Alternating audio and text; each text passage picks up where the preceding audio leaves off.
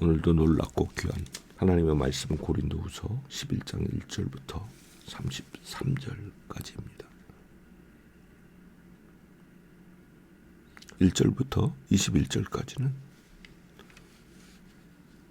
그 당시 바울 그리고 바울의 편지를 받는 사람들에게는 피부에 닿는 이야기였죠. 우리가 읽으면 별로 그렇지는 않아요. 왜 그러나? 우리가 그 사정을 모르기 때문에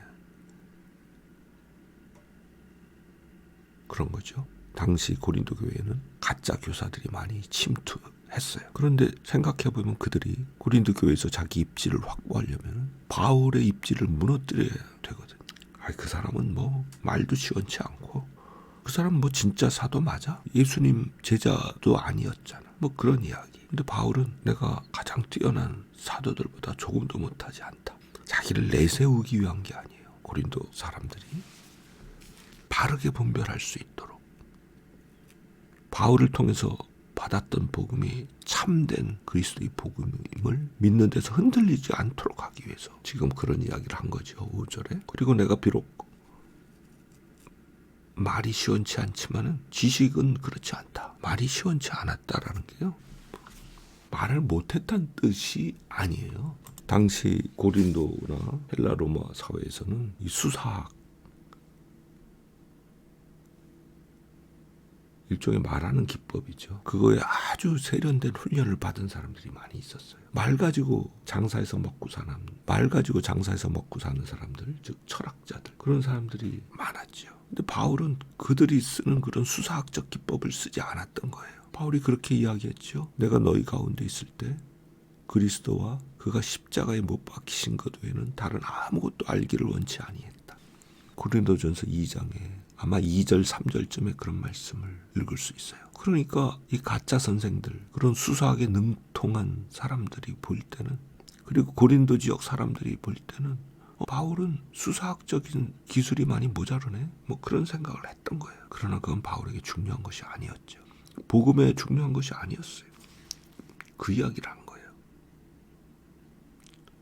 형편없는 그런 설교가였다, 그런 뜻이 아니라고요. 그러면서 자기가 고린도 교회에서는 헌금을 받지 않았다. 그 이유는 고린도 교회에 와서 현란한 말솜씨로 그들을 호리고 진리에서 떠나게 하고 그 다음에 돈을 뺏어가려 하는 그런 자들에게 기회를 주지 않게 하기 위해서다. 내가 다른 데서 헌금을 받아서 너희를 섬겼다. 그런 이야기를 7절부터 하고 있어요. 이 이야기를 들으면 고린도 사람들이 부끄러워했어야 하죠. 아마 부끄러워했을 거예요. 바울의 진심을 이때 들었던 거죠. 그런데 오늘 읽은 성경의 백미는 사실은 22절부터예요. 바울은 자기가 그리스도의 종이다. 진짜 그리스도의 종이다. 하면서 자기가 겪었던 일들을 정말 거침없이 나열하죠. 자, 오늘 어떤 목사, 어떤 설교자, 뭐 그런 사람이 내가 그리스도의 종이다라고 이야기를 할 때 무슨 이야기를 할까요? 나는 어디서 목회학 석사학위를 받았고요. 어디서 박사학위를 받았고요. 그런 얘기 할지 모르겠어요. 나는 어느 교단에 소속되어 있고요. 실제로 그런 거를 이력으로 표시하죠. 뭐 기본적으로 필요한 거죠. 그러나 바울은 자신이 그리스도의 종이었다. 자신이 그리스도의 종이다라는 증거로 제시하는 것이 고난이에요. 23절부터 나오죠. 많이 수고했고 더 많이 옥에 갇혔고 수도 없이 매를 맞아서 자주 죽을 뻔했고 39달짜리 매를 5번 맞았고 또 3번 태장으로 맞았고 원래 로마 시민은 태장을 맞지 않도록 되어 있었는데요. 그런 법이 잘 지켜지지 않았던 것 같아요. 빌립보에서도 그랬죠. 그 다음에 돌로 맞았고 3번 파선을 했대요. 지금도 배를 타고 여행하다가 배가 파선하면요 10중 8구 죽죠. 살아남더라도 특히나 망망대해에서 파선하면은 뭐 보트를 타건 튜브에 매어 달리건 그렇게 표류하면서 구조를 기다리는데 지금처럼 무슨 위성통신이 있나요?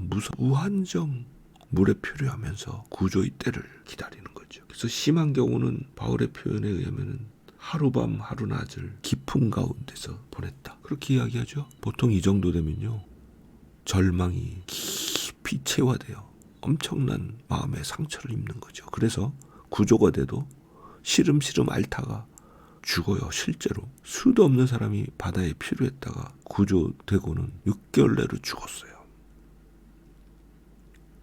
그러나 바울은 죽지 않았죠.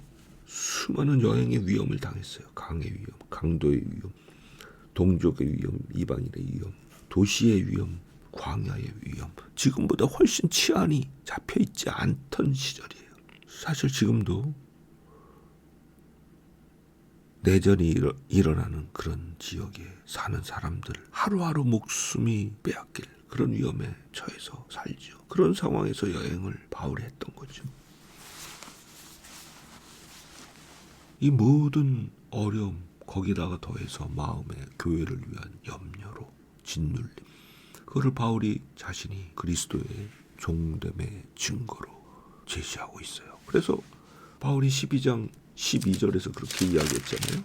참된 사도의 표지가 너희 가운데서 행해졌는데 그게 뭐냐? 모든 참음 플러스 표적과 기사와 이적들, 모든 참음이 기본에 있었던 거예요.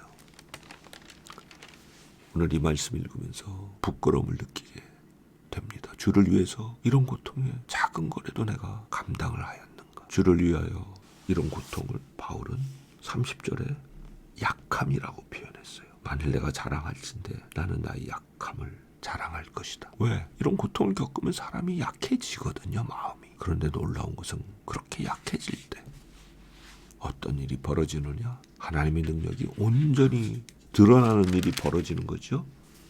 12장 9절에 그렇게 하나님이 바울에게 말씀하셨던 거예요. 내 은혜가 이미 내게 족하도다.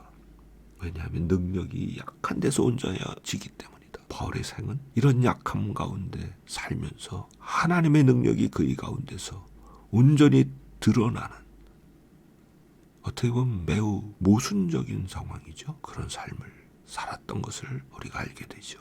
오늘날 우리가 주를 위해서 작은 짐이라도 지고 감당하려 할 때 주께서 우리가 약함으로 주님 앞에 나아갈 때 그의 권능으로 드러내어 주실 줄을 믿습니다. 오늘도 주님과 동행하는 복된 하루, 이 한 해도 주님과 동행하는 아름다운 그런 한 해가 되기를 간절히 바랍니다.